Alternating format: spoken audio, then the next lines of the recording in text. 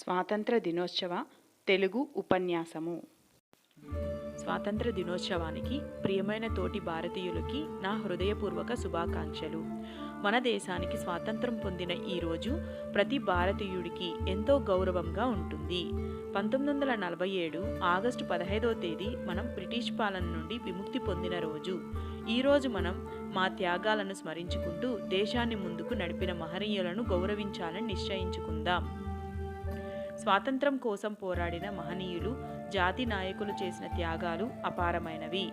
మహాత్మా గాంధీ గారు, సుభాష్ చంద్రబోస్ గారు, భగత్ సింగ్ గారు, సర్దార్ వల్లభాయ్ పటేల్ గారు మరియు ఇంకా అనేక మంది గొప్ప నాయకులు దేశానికి సేవలందించారు.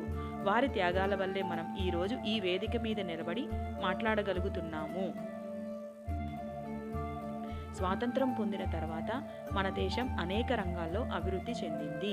మనం శాస్త్ర సాంకేతిక రంగంలో విద్య, వైద్యం, వ్యవసాయం మరియు ఎన్నో రంగాలలో మున్ముందుకు సాగుతూ ఉన్నాం. కానీ ఈ అభివృద్ధి పదం నిరంతరం కొనసాగాలంటే మనమందరం ఒక తాటు కట్టుకొని కృషి చేయాల్సి ఉంటుంది.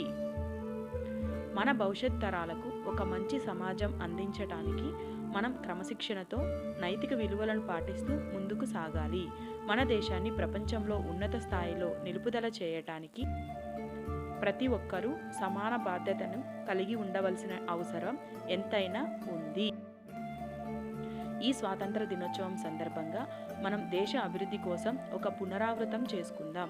మన దేశం సుసంపన్నమైన, శక్తివంతమైన భారతదేశంగా రూపుదిద్దుకోవడానికి మరంతరం కృషి చేస్తాం. జై హింద్.